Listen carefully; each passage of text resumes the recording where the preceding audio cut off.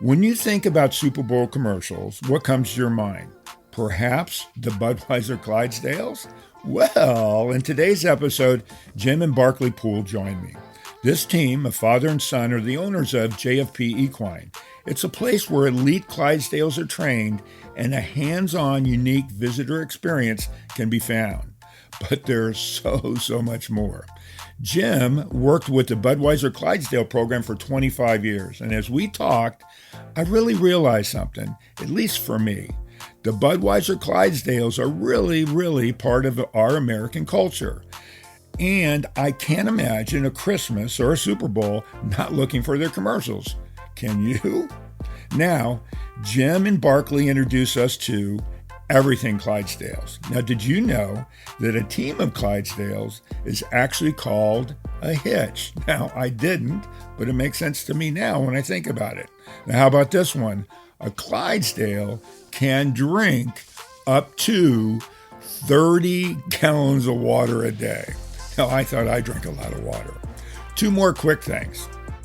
These magnificent equines originate from Scotland, and way back when they were used to transport things, including barrels of beer from breweries. Now, do you think that's where they got the idea from? Now, you know how they always have the Dalmatian nose commercials? Well, that's because back in the day, they were used to guard the wagons. Now, Jim and Barkley are just a wealth of knowledge, new and old. And there's a lot here to be heard. But get ready because they're going to give you, get this one, a hitch in your giddy up today. Because it's a really good episode. For real, for real, for real, for real, for real, for real, for real, for real, for real, for real, for real, for real, for real. Got a bunch of furry friends and I love them all the same. I'm an animal lover, veterinarian is the name. Let's share some pet stories from heartwarming to strange. Losses and games from wacky to insane. For real. You're now tuned in to For Real with your host, Markakyle.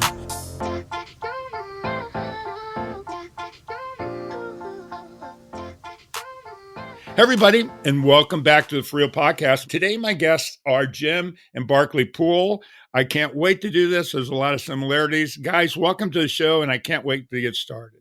Thank you very much for having us. This is cool. Thank you. This is going to be fun. So what I thought we would do is, and I'm sure people that have looked at it, that we're going to talk about Clydesdales today, but Jim, let's start with you. Barkley, jump in whenever you want to. But Jim, I want to start with you. I know you grew up in Canada, but let's start from way back when to get to where we are today. So let's learn a little bit about you so everybody gets to know who you are. I'll try my best, Mark. As you know, I grew up in Manitoba, Canada, on a mixed farming operation up there. And I can remember back till even when I was 6, 7 years old, we didn't have a lot of things to do in the wintertime when it was like 40 below zero. So one of our favorite things was to come in the house after we do chores, taking care of all the livestock in the morning, and watch the Rose Bowl parade on TV. We did have black and white TV back then. Me too. And always loved the Budweiser Clydesdales. And that was the biggest reason we wanted to see the parade, was just to see the Budweiser Clydesdales. And the more I watched it every year, I thought, gosh, wouldn't it be wonderful to be involved with that operation someday? Little did I know that actually did happen. And fast forward a little bit, then we started showing horses. We had Belgian horses back then, and I was a big fan of Belgian horses. Wouldn't even look at a Clydesdale back then. And we showed at a lot of small country fairs in the summertime.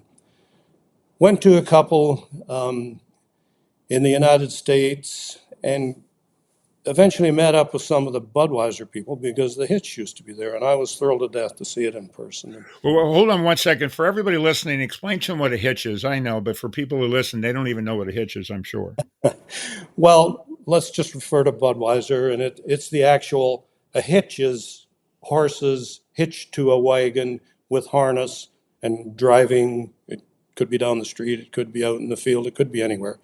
But a hitch is more than one horse or more that's pulling something. I like that old saying, I got a hitch in my giddy up, in which I guess that it ties into that thing anyways. Yeah. It could also be called a team. Yeah. The Budweiser horses are called a team quite frequently also. So we get to these shows, and I eventually met some of the Budweiser management people and talked to them, and kind of liked them. I liked them more every time I seen them. Eventually, I was hired by Anheuser-Busch. I actually started out as a supervisor with one of the teams and traveled for a year or so. Eventually turned into a management position back in St. Louis, and fast forward a little more, I eventually became the general manager of the Budweiser Clydesdales. Unbelievable situation. That's pretty cool. I thought I was dreaming, which I was a lot of the time. So. Well, sure. Well, that's me every day. At that time, that was back when we were in full force, when Anheuser-Busch was Anheuser-Busch and owned all the SeaWorlds and Busch Gardens, so on and so forth. So I had to travel a lot and go out and visit these different operations. We actually had 6 8-horse hitches. Remember that, hitches. I got it now. Traveling around the country. And I used to go out about every week, 10 days, and follow one of them around a little bit, or visit one of the SeaWorlds or Busch Gardens. And went up from there and eventually retired a couple of years after the new company took over Anheuser-Busch. And we started our own operation over here, Waterloo, Illinois, called JFP Equine Inc. And I'm going to let Barkley take it from there and explain actually what we do here, because he is the major player in this operation. So, well, before we get there, I'm going to talk a little bit. Let's go back to Belgian horses, because when I was getting ready for this thing, I dug into it a little bit. Of course, I know what one was, but I didn't know a lot about it. Talk about how big they are and compared to Clydesdale, and then because they're similar but not. So, can you kind of talk a little bit about that? Well, they are very similar. The biggest difference is the feather on the legs. Some people will tell you that Clydesdales are more docile than Belgians, but I have to question that. The Belgians, we had some of the top number one Belgians in the country. So personality-wise, I never found them that much different. I guess I just loved them because that's what I started with. That's where Right. we started. Are they the same size, or are they a little bit bigger than Clydesdales?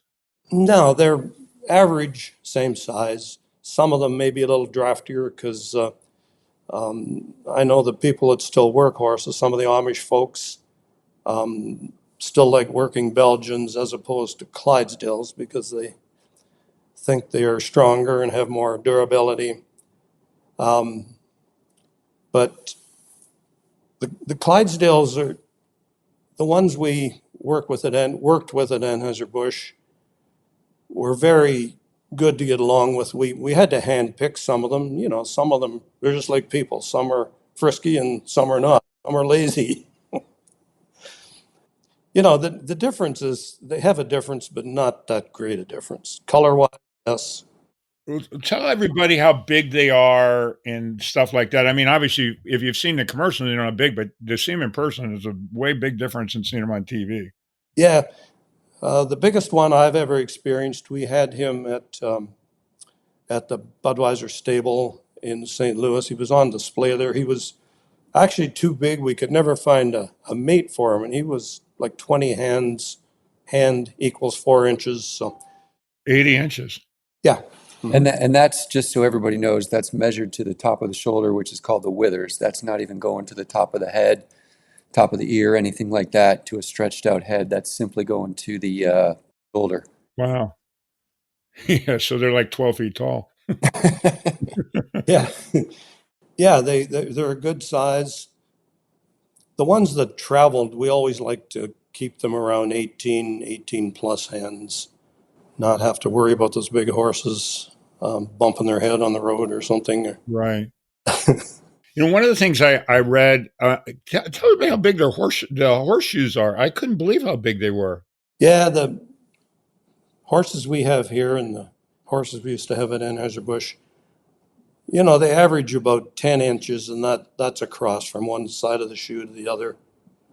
They go down to, 8-inch, 9-inch, but 10 inches was a good average size and a very large size. But we had the odd one that was size 11, but, that's getting really big, and we don't want them to trip on something or, because they had such big feet. So we kept them trimmed down a little bit. And yeah, they had very large feet. And the shoes they wear probably weigh around 5 pounds each. And then underneath the shoes, there's a leather padding, which acts as a shock absorber when the horses travel and when they drive on pavement. Mm-hmm. Now, I read another thing too, because all their harnesses are custom made and they weigh 130 pounds. Is that true? Well, at least 130 pounds. I would say 150. Wow. And it's all custom made. It's made by a harness shop out in Ohio now. I believe it's called Shanahan's Harness Shop. Make ultra first class harness, beautiful harness, as everyone can see when they see the horses on TV.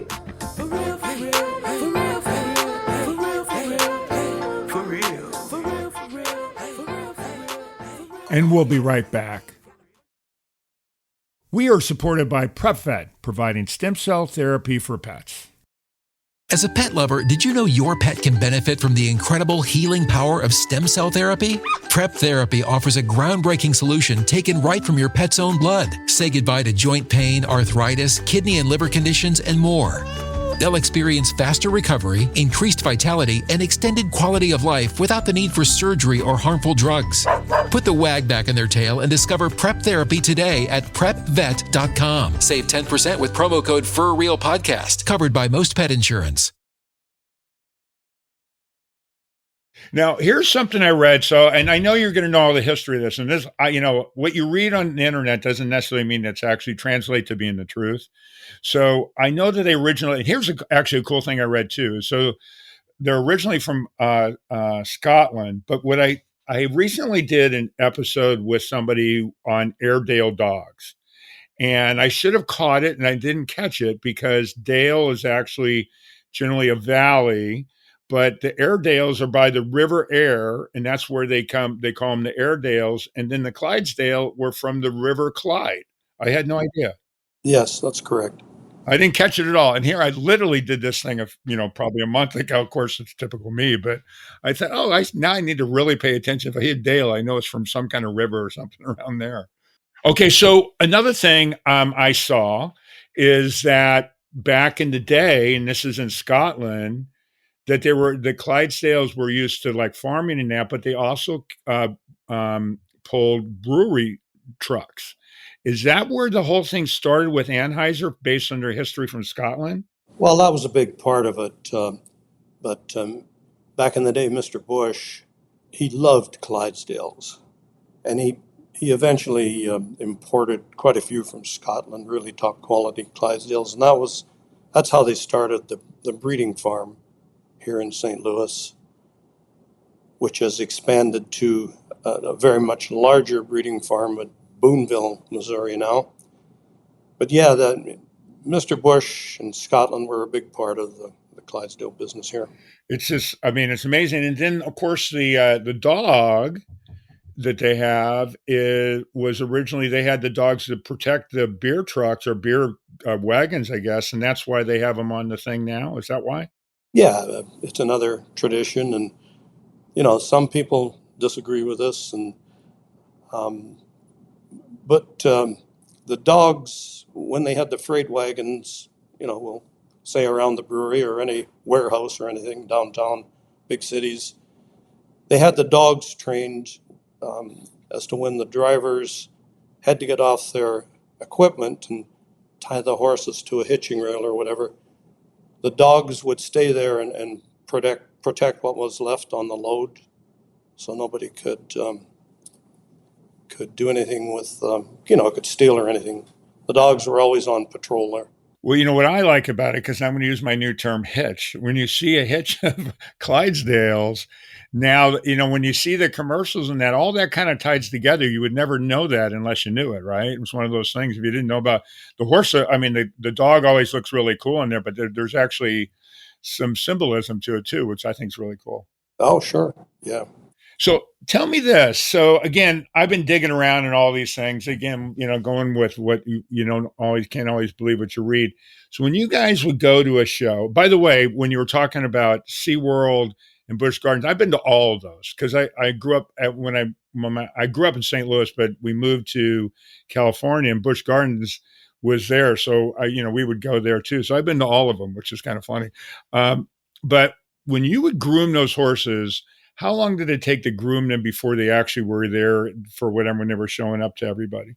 Yeah, to groom the whole team, hitch, the folks would start like early in the morning, and it would take approximately an hour a horse to groom them.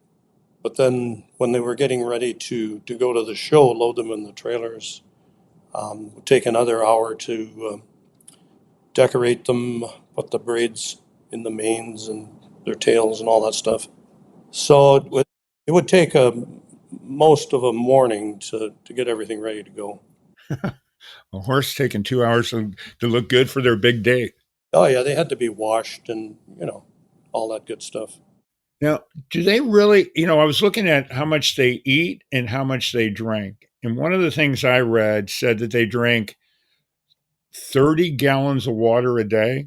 Is that true? Well, when it's real hot, yeah, they drink a lot of water. Not so much in the wintertime, but hot weather, hot summers here, yeah, that's pretty accurate. Yeah, because they weigh, I know there's there's a range, but I'm going to just average at 2,000 pounds. So, if you always tell, us as a human, I'm going to use, I'm 200 pounds. So me drinking a gallon of water is a lot. So they're drinking way more than I am because that'd be 20 gallons. They're doing, 1.5 times more than what we're supposed to drink. That's a lot. Yeah. Luckily, we have automatic waterers here in the barn and outside, so they have access to that water whenever and wherever they need it on our farm here. So we don't have to worry about hand watering them all day long. That amount. That's crazy. So back in the day, I want to when you were still doing the stuff with Anheuser and you had the farm there, how many Clydesdale did you have? And then I want to get into JFP and talk about what you guys are doing and the tours and all that. So I know you've downsized because you're no longer doing that with them, but at one point you had a lot of horses. Yeah. Yeah, I don't know how many they have now. We're too involved here to be involved over there and find a on. But, at one time we had well over 300 horses in the operation. And that was staged all around the country, not just a breeding farm.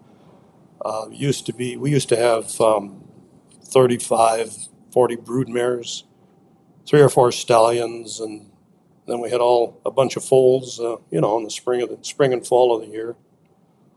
So yeah, that was a lot of horses. And Mark, it's really interesting the public that we get coming to our events here at JFP Equine. I always ask them how many Clydesdales do you think are part of the Budweiser Clydesdales? How big of an operation do you think it is?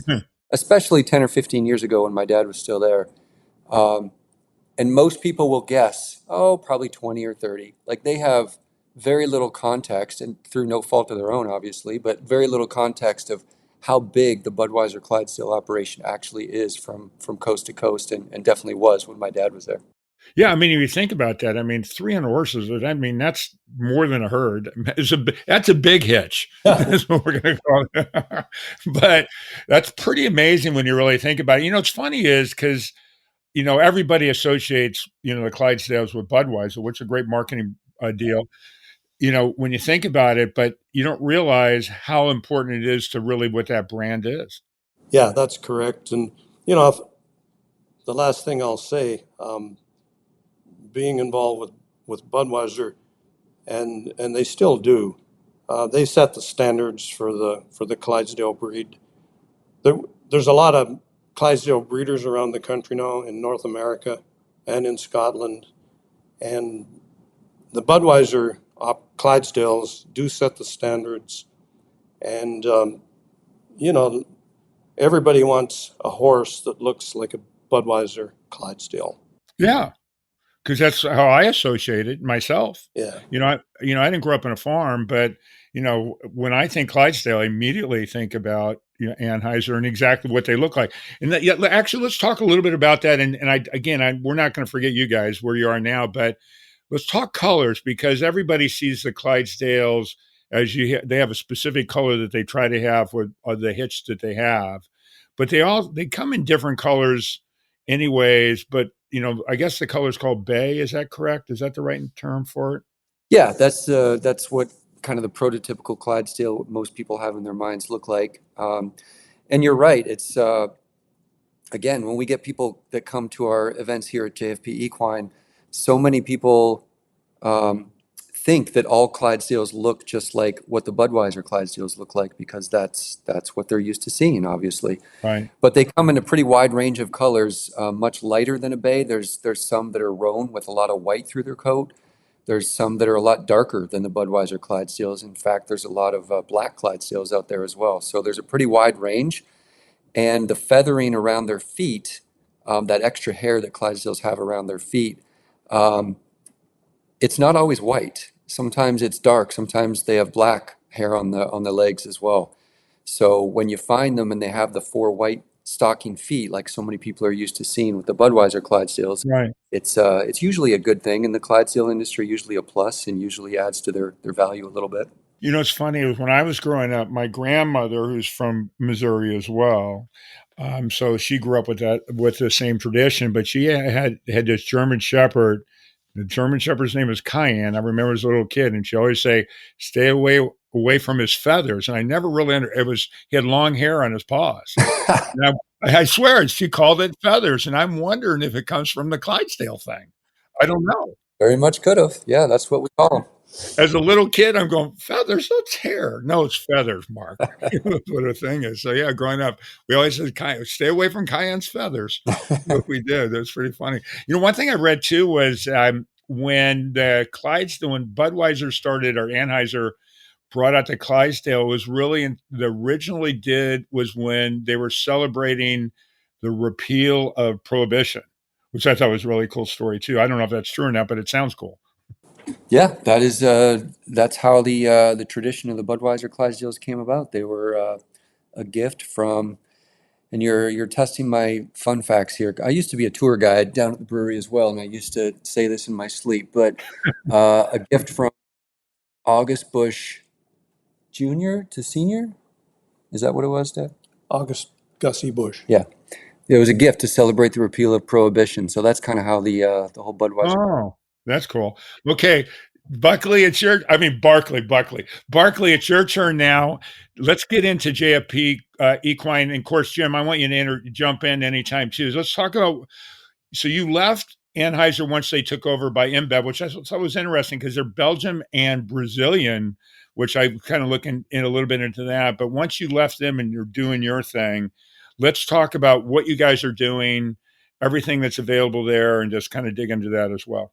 Yeah, I will tell you, regarding your comment just now, I did stay at Anheuser-Busch for 2 years after the InBev company took over, and it was great. Well, you were there 25 years or something like that, right? 25, yeah. Yeah. So it's not a short period of time. Yeah, all turned out good. Yeah. No, I know everything that, as Jim, for you guys listening, I talked to Barkley early. Barkley, my daughter's partner's name's Buckley, so I'm sorry if it's just one of those things, but that's typical me too. But Barkley and when you and I talked, we talked about how long, left in a real positive way, but you guys just wanted to do your own thing. So that's what we're doing. So let's talk about it. Yeah. So Dad retired from Anheuser-Busch. And I always say he wasn't done, in air quotes, horsing around. So that's when he bought a place, little farm just outside of St. Louis, and decided to go back to his roots a little bit of his own private draft horse business, this time focusing exclusively or 99.9% of the time on Clydesdales. And the main focus of the business when he started out, just after retirement, was selling Clydesdales to people all over the country. So we've actually got clients coast to coast today that, and into Canada as well, that buy Clydesdales from us for one reason or another. So we've got kind of a rotating herd here in the barn as they come and go as he buys and sells. So I mean, obviously, I know the answer, but I'm going to ask it anyways, do you think that the popularity of them is really mainly attributed to the Budweiser deal or not? Oh, I think so. A lot of it. Yeah, for sure. Yeah. They've done such Cool. a good job promoting and kind of building the breed, not only here in the U.S., but worldwide. I don't see how it could not be a factor in a lot of people wanting their own Clydesdales for sure. What's crazy is I saw that Australia is really big with Clydesdale. And at one point, I guess after World War One, I think it was, that the breed itself became kind of endangered, especially in England. Mm-hmm. But now it's come back, probably because of people like yourself. Yeah, it's kind of had a dip or two along the way for sure, but to the best of my knowledge, the breed is doing fairly well right now. There's hundreds of breeders. That's another thing that a myth that when we get people that come to the farm here, they think that Budweiser, because that's all they've seen and known, they think Budweiser owns all the Clydesdales in the world and nobody else does. But that's definitely not the case. There's hundreds, I don't know the exact number, but hundreds and hundreds of breeders here in Canada and the US, and of course back in Scotland where the Clydesdales originated, and you're right, Australia is a good market for Clydesdales as well. So there's hundreds and hundreds of private breeders that kind of do their own thing with Clydesdales as well, outside of what Budweiser's doing.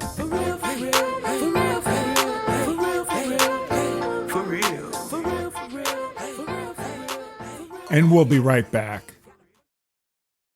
We are supported by PrepVet, providing stem cell therapy for pets.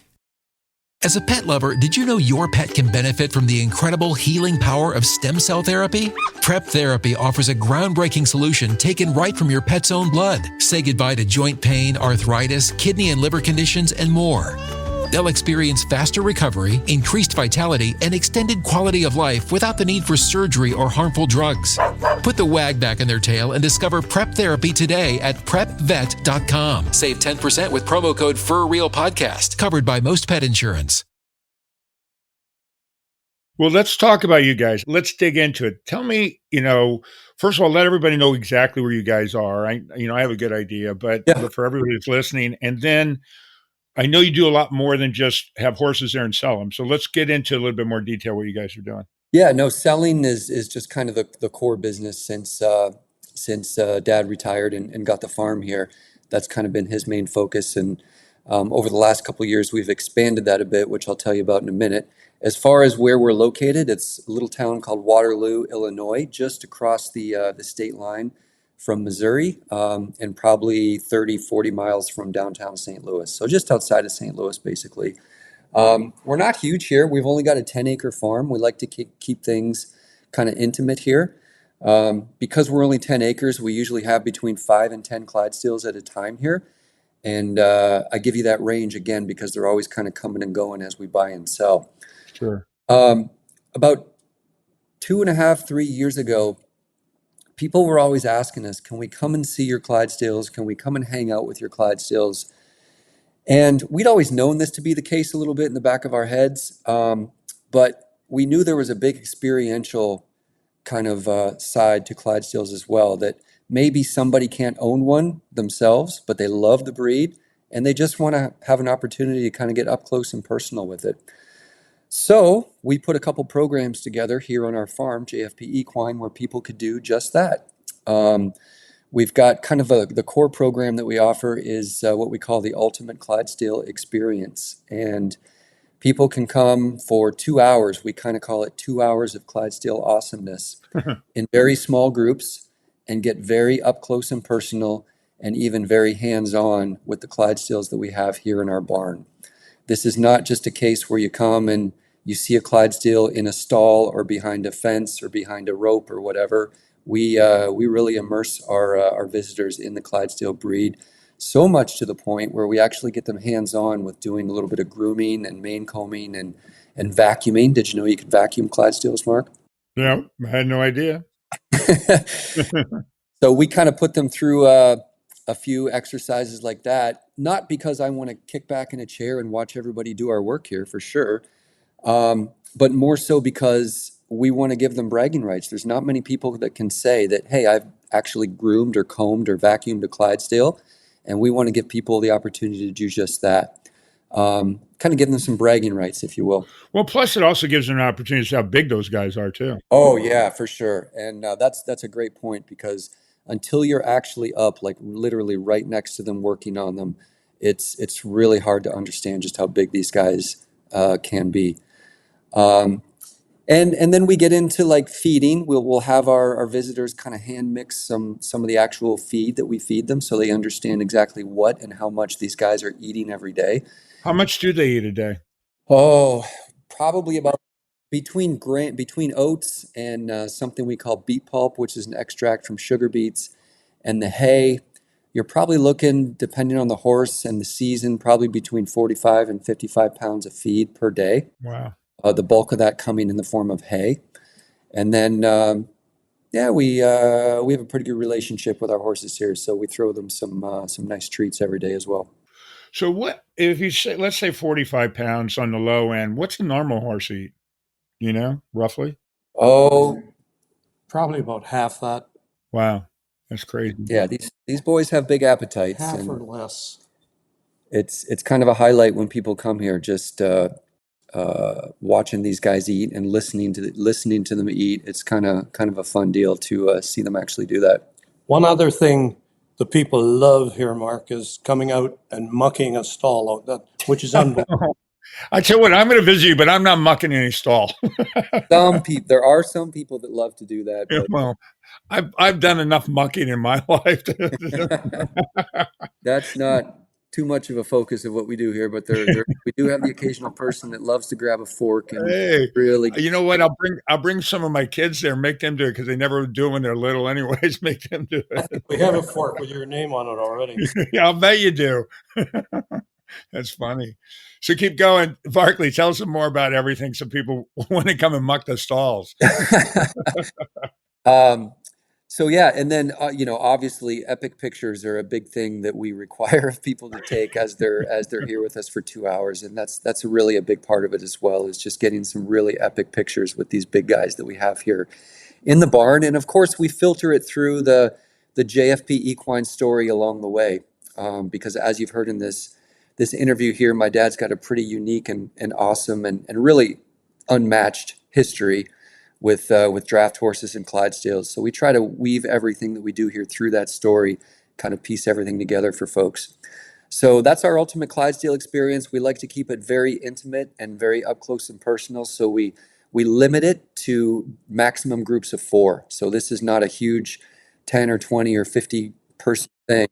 We specifically and strategically limit it to those small groups so we can really, really make it up close and personal. You know, it's funny, I was thinking as you're talking, one is there's some mystique to the Clydesdale, but more importantly, strangely, even though it's a corporation thing that made it there, it's a little bit of a history of America, you know, in so much time, because it's been part of our culture. Oh, absolutely. And one of the coolest things for us to see when people come here is just the emotional connection that is inherent with so many people that come and visit. And you would have no idea, and I'm not going to name names or anything, but you'd have no idea the number of people that we see that come in here that are either immediately brought to tears when they walk in our barn and see these big guys, or at some point in the 2 hours that they're here with us. Oh, that's cool. Oh, it's very cool. Just seeing the emotional connection that they've had for some reason or another. Maybe their family had horses back in the day. Maybe they saw the Budweiser Clydesdales with their parents many years ago at a St. Louis Cardinal baseball game or something. There's just something in their lives that has given them this emotional connection. And to see them walk in the barn and see it play out right in front of our eyes is very cool. I think for me in particular, since I was born in St. Louis, it has a special meaning anyway. But if you think about it, my brain goes all over the place. I should have forewarned you guys. I bounce like a knucklehead, but it really is for me. The people that are out there now, including kids, it's just part of our culture now. It really is.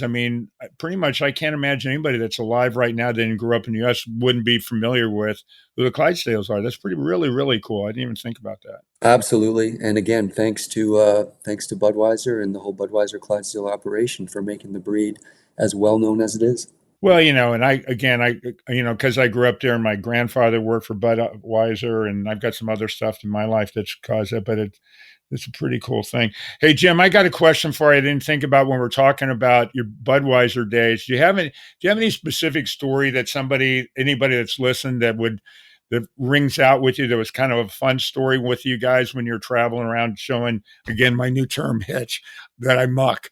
But anyways, do you have anything that you may want to talk about that people would love to hear, like a little, anecdote kind of thing? Can I put that on hold for a few minutes and let me think about it? Sure. Absolutely. Yeah. Absolutely. So Barkley, back to you. Let's talk some more about you guys. I know you've got the experience.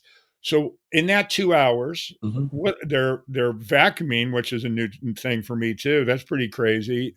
Anything else you want to add for people that they may want to learn a little bit more about what they're going to get to do when they want to come and see you guys? Like I said, we just pack as much Clydesdale awesomeness as we can into 2 hours.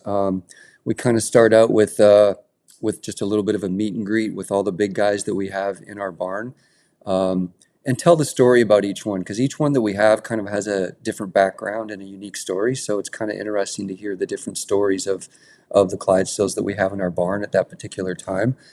And then we get into more of the hands-on stuff with the grooming that we talked about, and then we get into the feeding, and then we get into some cool things at the end with feeding them treats and showing them how each Clydesdale has a little bit different personality and different likes and dislikes, even when it comes to treats. Some of them get a little bit fussy, just like humans. Yeah, sure. And that's kind of cool to see. And then we've got some different things around our barn. We just got in a beautiful brand new show wagon that we like to show people, and we've got some actual show harness here in our barn that we like to show them. We don't really like to call this a tour so much because we're not really that big of an experience here. We really call it, like you said, an experience, and I think that's the best word to describe it. I got a question though. One thing I want to ask you. So I know you guys do training. Well, let's talk a little bit about training, because if I come there and I want to get a horse, what's involved with training those guys? Most people get them more just to have them on their property, or do they ride them? What do they do when they get them? There's kind of three buckets that our clients kind of fall into. The first bucket is there's still all kinds of Clydesdale and draft horse shows and competitions around the continent. So some people that buy from us will still use them competitively in shows. That's kind of their purpose. The next bucket, riding Clydesdales, has become a really big thing, especially in like the last probably 10 years or so. And almost every client that buys from us these days wants them to be broke to ride for one reason or another. Wow. So riding Clydesdales has become a big thing. And then the third bucket of client, like you said, are people who just kind of want to say they have a couple Clydesdales of their own. They want to walk out their back door in the morning and see a couple Clydesdales standing there in a pasture. And I guess for lack of a better term, it's a giant pet for a lot of our clients that buy from us. So those are kind of the three buckets of clients that our purchasers fall into. So if you let them in your backyard and you have a 2-story house, you can open your second story window and pet them. Yeah, exactly. Exactly. So anyways, what else can we talk about that we haven't covered? Did you come up with anything, Jim? You don't have to. It's no big deal if we don't, but I was just thinking more. I've been kind of thinking about it, and I'll have to be a little careful with this one, but I was out visiting one of the hitches, as I remember, one time in Texas, a small town, and kind of a medium-sized town in Texas, beautiful, beautiful area.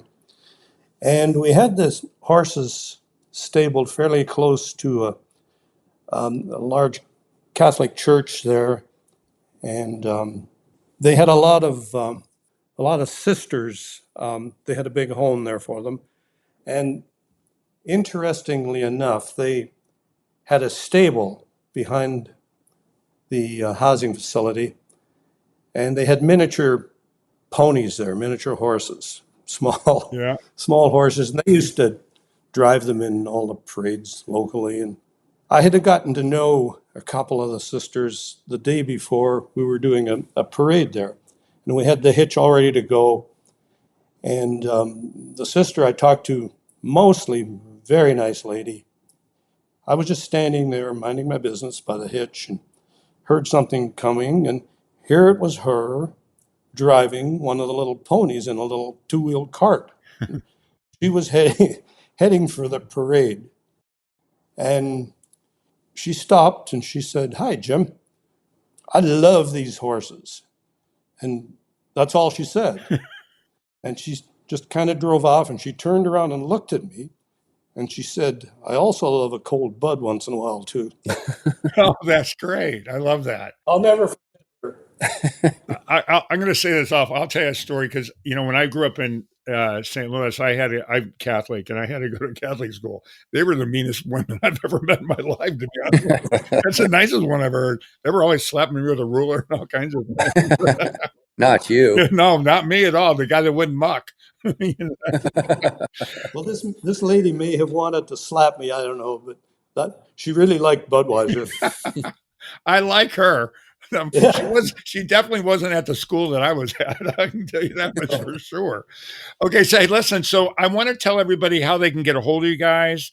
Barkley, chime in on website, social media, whatever you want to do, so everybody listening can figure out how to get a hold of you guys. Yeah, for sure. And when we started doing this whole experiential thing with Clydesdales and allowing people to come to our farm and really immerse themselves in the breed.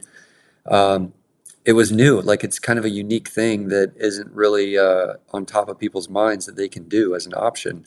So awareness has been a big thing for us from the start, just kind of making people aware that we're here and that this kind of opportunity exists. But over the last 2 or 3 years, it's steadily grown, and more people are becoming aware, and so much to the point that especially this year, we're starting to get a lot of people in from out of state. I just had a lady drive in from upstate New York specifically for this last week. And she did our 2-hour program, turned around and drove home back to upstate New York. Wow.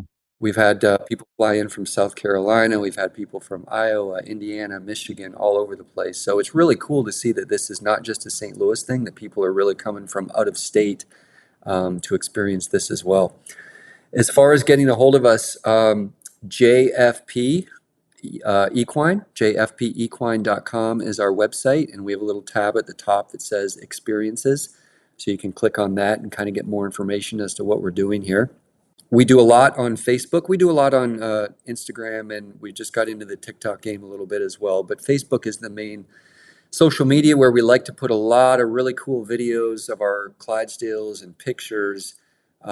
We get a lot of good engagement with our following on there. So I highly encourage people to look up JFP Equine on Facebook and follow us. And we like to do some fun, cool things with our Clydesdales on that platform. And for everybody's listening, we're recording now, but if you're listening to this episode, if you go to the description of the episode, I'll have all those links on there as well. Cool. Okay, so I've got a joke for you guys. For everybody listening, we all know you're cringing because the terrible jokes are getting ready to come. But as I always tell everybody, if you want your grandkids, your kids, nieces, nephews, or you want to be on the show, if you email me at mkyle@thefurrealpodcast.com, I will gladly, and I guarantee you the guest will gladly have you tell the joke, or your nieces and nephews. So please do that. So for you guys, here's my joke for the day. And again, everybody that's cringing, I apologize. So why don't Clydesdales ever have mental issues? Do you have any idea? I have no idea. I've not heard this. They're always stable. Anyways, I know. Bad. Oh, we like it. We like that kind of joke here. Anyways, most importantly, to both of you guys, thank you so much for being on the show. Barkley, Jim. By the way, Jim, you raised a good kid because your son loves you very much. And I can tell you when we had a conversation, he's just so proud of his dad. So you did something right. Well, I'm very proud of him, too. Well, now you got to say it. But anyways, I really, really appreciate you guys, Menadjoe. Thanks so much. And then for everybody else that's out there listening, as I always say, without you guys, we wouldn't be here. Obviously, we wouldn't have great guests like these guys. But if you can let the word get out there that we've got these things out here, follow, listen, do all those things. But most importantly, from the bottom of my heart, thanks so much for listening. For real. That concludes this episode of For Real with your host, markakyle. For previous and future episodes of For Real, listen via all major podcast streaming sites.